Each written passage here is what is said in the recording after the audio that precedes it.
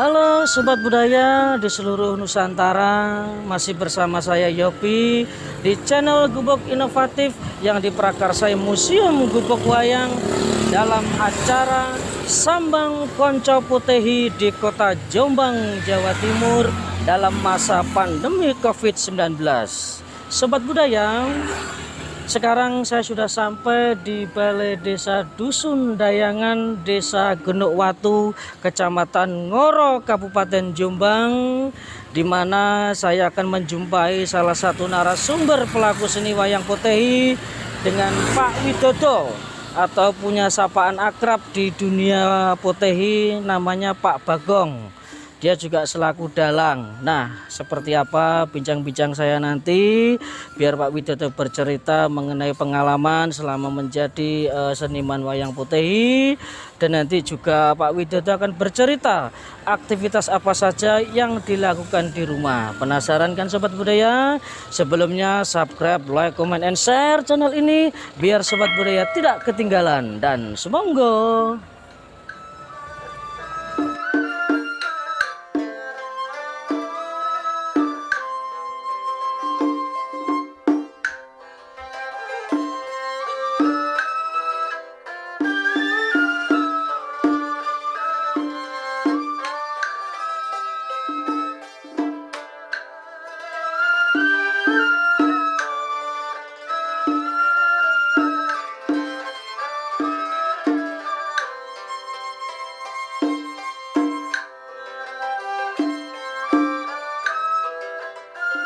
Dek, kasih ya, museum. Ya, hati-hati.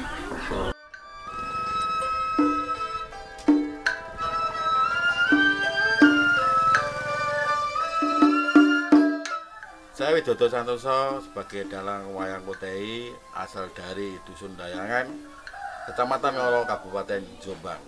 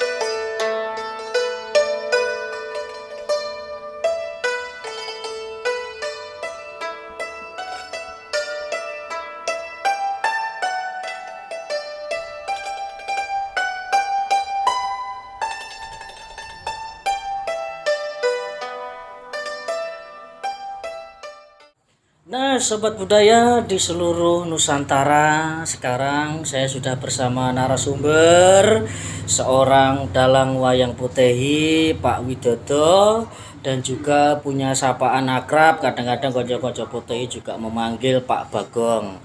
Seperti apa bincang-bincang saya, biar nanti Pak Bagong menceritakan mengenai pengalaman selama dan sebelum menjadi pemain wayang Putehi, dan juga nanti Pak Bagong atau Pak Widodo ini bisa bercerita aktivitas apa kesehariannya selama dan sebelum adanya COVID-19. Jangan lupa Sobat Budaya, subscribe, like, comment, and share channel ini biar saya lebih bersemangat. Nah, Pak Widodo, apa kabarnya Pak Wid? Baik, sehat Baik, semua. alhamdulillah sehat ya Pak Wid ya. Sehat. Alhamdulillah. Nah Pak Wid, sesuai acara kita Sambang Konco Putehi, saya bersilaturahmi datang ke rumahnya Pak Wid.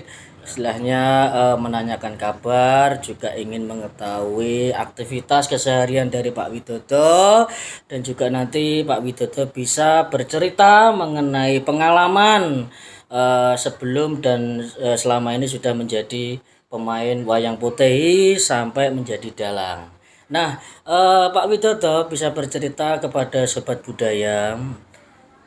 Pak Widodo ini awal mulanya main potehi ini tahun berapa Pak Wid sampai sekarang?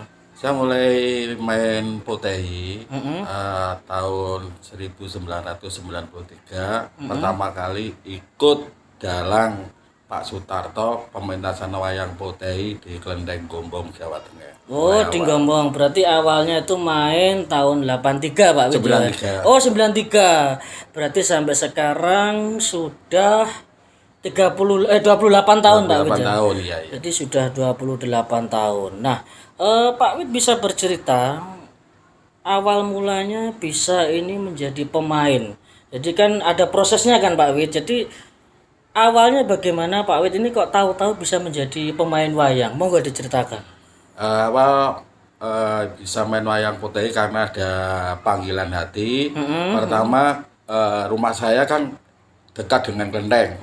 Apalagi keluarga saya sendiri termasuk kakak-kakak saya juga ikut potehi, dan saat itu memang kedekatan saya dengan orang-orang potehi di situ ada panggilan hati dan berkeinginan ikut wayang potehi.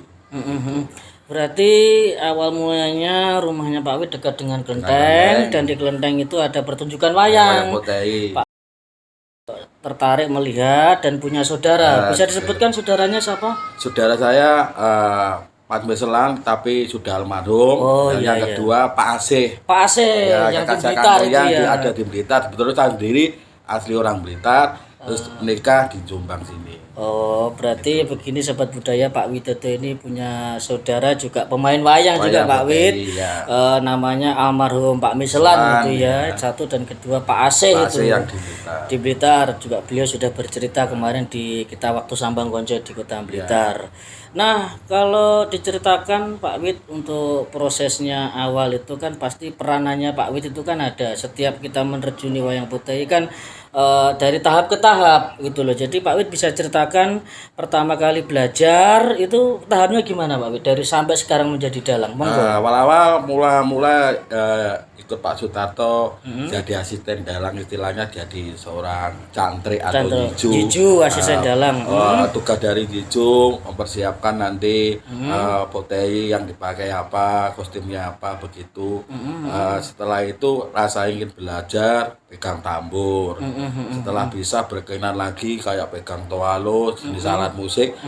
Sebelum saya jadi dalang, jadi keinginan harus bisa menguasai alat musik semua terlebih dahulu. Dan di situ akhirnya setelah bisa menguasai alat musik, mulai tahun 2002 saya sudah mulai mencoba untuk jadi dalang. Betul.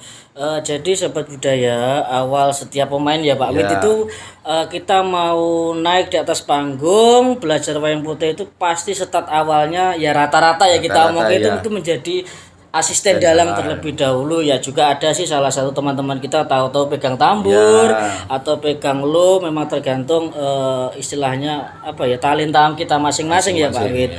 Memang dari pertama kita jadi asisten dalang, mengenal wayang, karakter wayang, dan juga membantu seorang dalang dalam pementasan tersebut. Begitu nanti naik lagi kita pegang tambur. Terus kemudian pegang gembreng sambil menguasai alat musik Pak Wid ya, seperti erlu, suling dan segala macam. Setelah itu kita juga naik lagi pegang trompet gitu Pak Wid ya. Dan setelah pegang trompet baru kita mencoba ke dalang. Berarti pertama kali Pak Widodo ini menjadi seorang dalang tahun 2002. Itu ingat di kelenteng mana Pak Wid? Saya pertama kali jadi dalang pementasan wayang potehi di Klenteng Mojosari. Mojosari. Jawa Timur ya. Kalau Pertama tidak salah kali. Pak, ada saya ya waktu itu ya. Ada Pak Yopi sendiri waktu Iya. Pak Yopi juga Belajar gembreng. Ya betul walu betul begitu. betul. Saya ingat 2002 Sobat Budaya, saya juga pernah satu panggung dengan Pak Widodo, misalnya di Gombong juga pernah Pak Wid ya. Gombong. Di Gudo dan di Tulungagung juga kita pernah. Kalau di Mojosari memang itu ada pengalaman yang istilahnya perlu saya ceritakan. Kala itu Pak Widodo juga belajar dalang, saya juga belajar alat musik sambil gembreng gitu Pak Wid ya di Mojosari. Betul-betul saya ingat itu. Jadi prosesnya demikian. Karena apa? Di pementasan wayang untuk istilahnya gajiannya kan juga tergantung persentase Pak Wid ya. betul. Memang di satu panggung itu ya kita boleh jujur saja. Mulai kan paling sedikit menurut persentase kan memang bayarannya Jiju itu ya Pak Wid. Dan memang paling banyak ya bayarannya beliau Sobat Budaya. Dalang itu paling banyak. Nah, Pak Wid dengan jarak 28 tahun Pak Wid ya menjadi pemain wayang Potehi. Pak Widodo bisa bercerita kepada Sobat Budaya pernah mengikuti dalang siapa saja mulai tahun 83 sampai 2021. Bisa diceritakan monggo. Mulai saya belajar tahun 93 ikut Pak Dalang Sutarto atau Pak Keke. Iya, dari Biasa Surabaya. rebutan Pak Keke dari Surabaya. 95 ikut almarhum Pak Gunawan. Oh, Dari Papa kita- D, ya, Om Papa D Singcuan. orang bilang Om Singcuan. betul. Nah, itu pementasan di Klenteng Gudo. Keteng Gudo. Terus Setelah itu tahun 97 ikut dalang lagi Pak Sutarto. Pak Sutarto, Pak Keke Keke lagi tadi di Madiun. di Madiun. Sampai akhirnya 2002 saya mulai belajar dalang sendiri. Ini semua atas saran dan kasih Masukan dari almarhum Kosang dari Surabaya. Oh iya, Kosang Jadi Sarang. saya bisa jadi dalang, memberanikan diri jadi dalang atas dorongan dari Kosang. Iya, almarhum Kosan dari Surabaya. Jadi pernah ikut Pak Keke, Pernah Pak Gunawan, Pak Gunawan, Papa D, Kosan, siapa juga lagi? ikut orang Surabaya, Siapa? Pak Ali Ceng. Pak Ali Ceng dari Iya, Surabaya. itu aja. Ikut Pak Mujiono juga pernah. Pak Mujiono. Pementasan di Klenteng Bojonegoro. Pernah mungkin tingkat lagi pernah ikut dalam siapa lagi? Kalau Ngajak? dalang Semarang ikut almarhum Oh, Pak Tio. Pak Tio. Cik Tio, Iya, iya, betul. saya pernah juga ikut. Saya sudah bercerita banyak mengenai Pak Tio. Barangkali ada lagi Pak Widodo, dalang-dalang siapa lagi bisa di Ikut Pak Subur. Pak Subur. Ya, pementasan di Pasar Baru, di Mall Ciputra, Iya, di Jakarta. Iya. Pak Subur dari Sidoarjo itu ya. Juga lah itu jadi mulai tahun 93 Pak Wid ya sampai sekarang pernah mengikuti dalang-dalang yang mungkin juga sudah almarhum dan juga ada yang masih eksis sampai sekarang. Dalang-dalang tersebut masih pentas gitu Pak Wid ya. Dan sekarang begini Pak Wid, sesuai acara saya Sambang Konco kan Pak Wid sudah bercerita mengenai pengalaman Pak Widodo sebelum menjadi pemain sampai menjadi dalang wayang Potehi. Nah sekarang Pak Wid bisa menceritakan aktivitas Pak Widodo atau keseharian sebelum ini ada corona sampai ini sekarang. Corona ini kan istilahnya kita juga ingin tahu kegiatan Pak Wid apa, soalnya kan yang diceritakan kita kan sebagai seorang laki-laki toh Pak Widodo sebagai kepala keluarga juga punya anak istri kan harus ada pemasukan untuk istilahnya itu mencukupi kebutuhan hidup. Bisa diceritakan Pak Widodo kegiatan apa, mungkin pernah pentas apa selama corona atau sebelum corona, bisa diceritakan monggo. Selama COVID-19 memang aktivitas untuk Potehi memang saat itu sudah semua nggak ada yang main. Jadi saat itu memang saya dipekerjakan oleh Pak Dokle atau Pak Tony. Jadi aktivitas saya setiap pagi pertama harus buka toko, habis itu langsung berangkat ke Museum Potehi Gudo. Di situ dikerjakan seperti pembuatan, nanti ngecat kaki Potehi, ada tangan, nah itu tukang jahit di bawah naungan dari Pak Tony. Mulai proses pertama sampai nanti akhirnya sampai finishing itu ya. Potehi sudah jadi. Di situ kita juga merasa berterima kasih pada Pak Tony atau Dokle, walaupun dalam keadaan COVID seperti itu, Pak Tony juga berusaha mengupayakan untuk kita, untuk saya khususnya diadakan itu dengan cara pementasan wayang potehi keliling atau goput. Selama goput jadi saya bisa pentas khususnya di wilayah Jawa Tengah di Jawa Semarang Tengah. maupun di kelenteng-kelenteng seperti di kelenteng Selawi, kelenteng Muntilan, Ya. kelenteng apa itu Salatiga, juga pementasan di kelenteng Temanggung. Berarti acara Potehi Gupot itu Gunusantara itu selama pandemi ini sementara waktu hanya sampai Jawa Tengah dulu ya Pak Ya Wid, karena PSBB terpaksa kita harus pulang terlebih dahulu sampai nunggu nanti new normal. Mungkin mudah-mudahan secepatnya kita bisa kembali pentas lagi dengan goput keliling Nusantara. Iya, seperti tema di tulisannya itu ya Gupot Iya, Keliling Guput. Nusantara. Iya. Karena ini ada penerapan PSBB imbas dari corona, sementara gitu. waktu rombongan Pak Wid pulang dulu. Sambil nunggu waktu nanti kita bisa pentas lagi, mudah-mudahan bisa sampai keluar pulau. Amin, Pokoknya semoga saja. keliling Nusantara. Iya, Temanya sesuai Pak Tony Nusantara. gitu. Kita ucapkan rasa-rasa banyak-banyak terima kasih. Iya. Walaupun dalam keadaan COVID seperti itu, Pak Tuokra atau Pak Tony masih mengupayakan supaya kita bisa pentas potehi dengan cara potehi keliling atau goput. Dalam pementasan tersebut ada kelenteng kita tetap pentas tetapi tetap mematuhi protokol kesehatan. Betul. Jadi nggak mengundang kerumunan massa dalam pementasan, tidak boleh dipertontonkan bagi orang luar dalam keadaan itu gerbang ditutup. Iya, betul. Memang istilahnya kan untuk pemerintah kan mengeluarkan mematuhi protokol kesehatan, menghindari kerumunan untuk atau mengundang massa karena itu nanti akan menambah penyebaran COVID-19. Ya semoga saja Pak Widodo kita sesama pemain wayang mendoakan acara Gupot itu Potehi Nusantara nanti bila mana situasi di Indonesia ini sudah aman, beres sesuai temanya bisa pergi ke luar pulau, ke Sumatera, ke Kalimantan gitu. Semoga sukses Pak Wid. Amin. Kita sesama pemain seniman mendoakan seperti itu. Nah, untuk Pak Widodo bisa menceritakan istilahnya kan setiap pekerjaan yang kita lakukan kan pasti ada pengalaman pahit maupun manis, suka dukanya kan pastinya ada ya Pak Widodo ya. Iya. Kita kan sesama pemain wayang, kemarin konco-konco sudah bercerita keluh kesahnya suka dukanya pemain wayang. Coba Pak Wid bisa bercerita ke Sobat Budaya suka dukanya pemain wayang itu seperti apa? Dimulai dulu dari sukanya barangkali monggo. Kalau suka boleh dibilang kerja potehi itu terlalu nyantai, waktu hanya cukup dibutuhkan durasi 4 jam. Iya. Jadi banyak nganggurnya itu Iya. sebenarnya. Di samping itu bisa kumpul sama teman-teman. Di situ sudah ada program, pokoknya istilahnya pasti bayaran, apalagi kalau sudah dapat laporan mengenai penanggap bisa 2 bulan, 3 bulan. Nah, itu pasti. Nah, di situ senangnya pokoknya 5 hari sekali kita bisa bayaran. Sudah ada daftarnya, mungkin 2 bulan begitu sudah pasti, jadi tidak bisa ditunda-tunda, pasti bayaran. Pasti ada senangnya. Itu sukanya. Jadi gini Sobat Budaya, dalam satu hari kan 24 jam. Iya. Nah, sedangkan pekerjaan dari kita sama pemain wayang itu hanya membutuhkan durasi 4 jam. 4 jam. 4 jam kadang kita bagi dua season kan, 2 jam, kadang ada yang mulai jam 3 sampai jam 5, jam setengah 3 sampai setengah 5 kan tergantung nanti kesepakatan dari pihak kelenteng ya Pak Wid ya. Iya. Nanti yang 2 jam setelah mungkin bersolat Isya atau jam 7 seperti itu biasanya Sobat Budaya.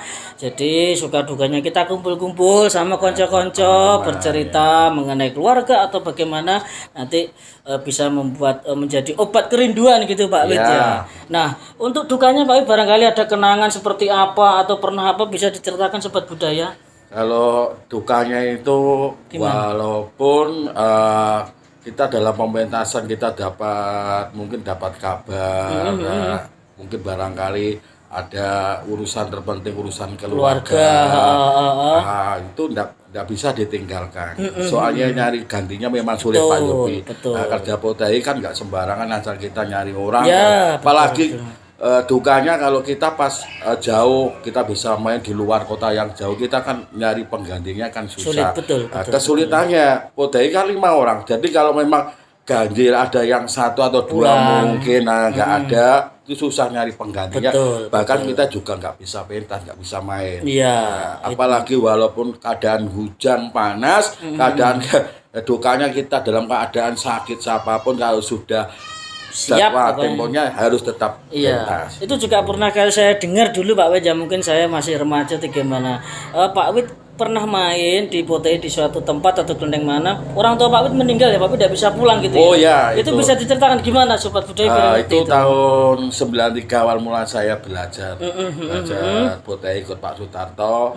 Pementasan Potehi berjalan 7 hari, dapat telegram, Kabar, ya, dapat kabar. Ibu saya meninggal dunia. Jadi saat itu merasa bingung sekali. Ya terpaksa bisa nggak bisa, namanya orang tua, saya tetap pulang lah. Di situ dukanya bagi mereka termasuk Pak Sutarto dan grup lainnya itu merasa keconalan. Iya, dengan kurangnya pemain gitu Pak Wid. Tinggal pulang begitu, Iya, dukanya kayak begitu. Saya pernah dengar kabar itu mungkin kan pengalaman duka saya jauh sekali dari Gombong berangkat jam 12 malam sampai di rumah jam 6 pagi naik bis sendiri. Iya. Kadang-kadang juga kita harus meninggalkan keluarga dengan waktu yang lama Pak Wid, bisa 1 bulan, 2 bulan. Dan ini Sobat Budaya di tahun 2019 kalau menurut perhitungan saya Pak Widodo ini termasuk dalang terlaris ya Pak Wid. Rezekinya istilahnya kalau bahasa Potehi itu lagi ong-ongnya gitu. Bisa diceritakan Pak Wid ini dalangnya sebelum ini corona ini pernah dalang di mana-mana istilahnya setiap tahun bisa dipastikan saya dalang ke sini itu. Bisa ceritakan kemana saja kelentengnya? Pementasan sebelum Covid ya boleh dibilang job saya banyak. Jadi ngisi di kelenteng Malang aja memakan waktu 3 bulan. 3 bulan, Malang 3 bulan terus. Di Mojokerto nanti 3 bulan. 3 bulan sudah 6 bulan terus. Di Pasuruan 1 bulan setengah. 7 bulan setengah terus. Terus nanti pindah di kelenteng Temanggung, mungkin bisa berjalan 2 bulan lalu 2 bulan setengah. Berarti kita sekitar 10 bulan Pak Wid ya. Lah, Sobat Budaya kan bisa mendengar 1 tahun 12 bulan. Sedangkan Pak Widodo dalam 1 tahun bisa pentas 10 bulan. Makanya saya mengatakan wah ini Pak Widodo boleh dikatakan dalang terlaris untuk saat ini karena job-jobnya itu banyak kan demikian Pak Wid ya. Kalau teman-teman apalagi saya juga masa menjadi dalang, saya mungkin dalam 1 tahun 12 bulan mungkin main wayang 3 bulan wis bagus, 4 bulan wis bagus, yang lainnya pasti ndak anu. Kalau Pak Widodo bisa sampai 10 bulan. Hebat sekali Pak Widodo, semoga sukses. Amin. Kita hanya bisa menunggu ini situasi ini seperti corona bisa ini pergi dari Indonesia. Nah, sekarang mengenai corona, Pak Widodo bisa mempunyai harapan. Bila mana ini nanti corona pergi dari Indonesia, wabah ini sudah selesai, harapan Pak Widodo apa mengenai wayang Potehi ke depannya? Monggo.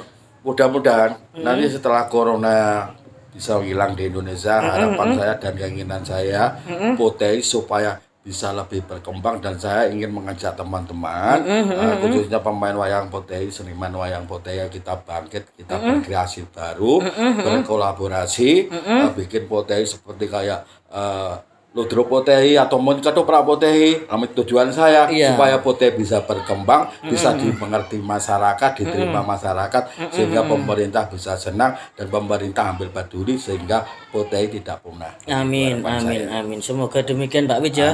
Harapan konco-konco Potehi kalau saya dengarkan hampir sama. Semoga kedepannya Potehi lebih maju, job-job lebih banyak, kita bisa ketemu konco kumpul-kumpul karena kan corona ini kurang lebih hampir 1 tahun kan Pak Wid. Jadi sudah istilahnya ada kerinduan kita ingin berjumpa dan main kumpul-kumpul sama konco-konco. Nah, ada yang perlu ditambahkan lagi Pak Widodo? Cukup ya. Kalau begitu saya mengucapkan terima kasih Pak Widodo sudah meluangkan waktu menemani saya berbincang-bincang, menceritakan pengalaman aktivitas Pak Widodo keseharian di rumah dan menceritakan pengalaman Pak Widodo sebelum dan sampai menjadi seorang dalang wayang terhadap Sobat Budaya. Terima kasih Pak Widodo, semoga sehat selalu. Salam buat keluarga. Nah, sobat budaya di seluruh Nusantara, demikian tadi bincang-bincang saya dengan narasumber Pak Widodo atau punya sapaan konco-konco bilang Pak Bagong, salah satu dalang wayang Potehi. Dan jangan lupa subscribe, like, comment, share channel ini biar sobat budaya tidak ketinggalan siapakah lagi nanti konco-konco yang akan saya sambangi. Salam budaya, maju bersama Potehi Nusantara.